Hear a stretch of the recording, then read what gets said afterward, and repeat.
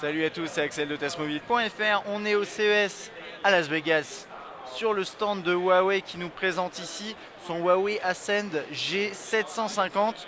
Donc là, qui est sorti il n'y a pas si longtemps que ça, qui a été annoncé en fait assez récemment. J'ai pas la date en tête, mais je sais qu'on l'a pas encore découvert celui-là.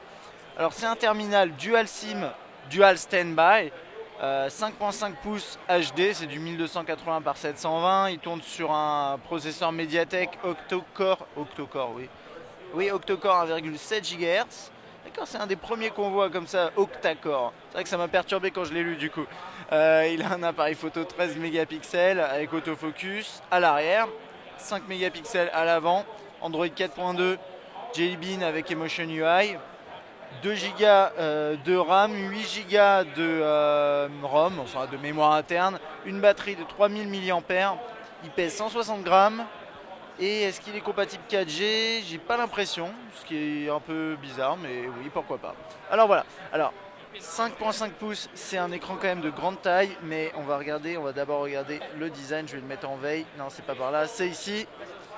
Alors, sur le dessus, on a la caméra frontale 5 mégapixels avec quelques capteurs.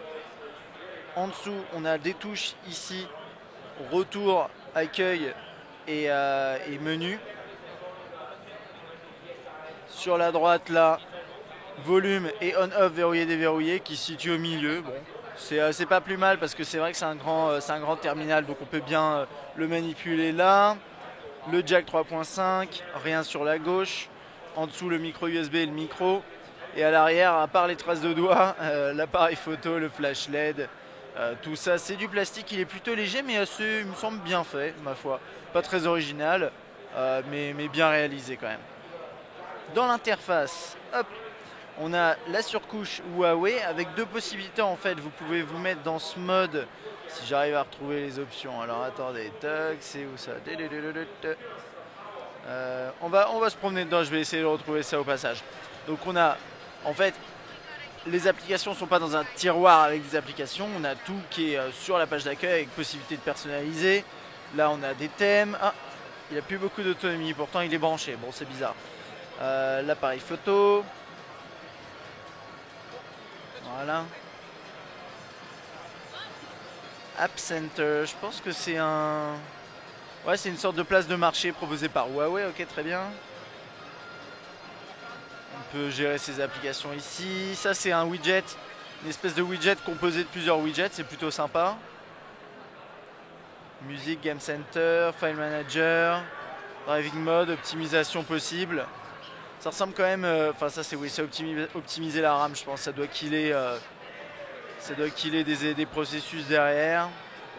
C'est à peu près tout ici. Je regarde juste si j'ai la possibilité de le remettre dans le mode simple dans lequel il était au début, mais je sais plus où c'était. C'est pas grave, on continue à regarder un petit peu. Musique. J'arrête pas d'appuyer là comme ça, voilà. Ouais, moi j'aime bien quand même les interfaces de Huawei, elles sont plutôt réussies. C'est pas mal du tout. Je retourne là-haut peut-être, s'il veut bien. Non, si. Ok. Dans les paramètres. Voilà, c'est ça que je voulais vous montrer. Rapidos, simple.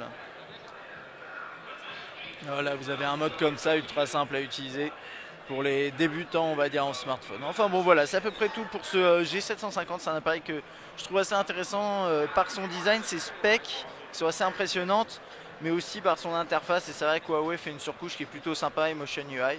Donc voilà, ça c'était pour le G750. Si vous avez des questions, n'hésitez pas, à bientôt.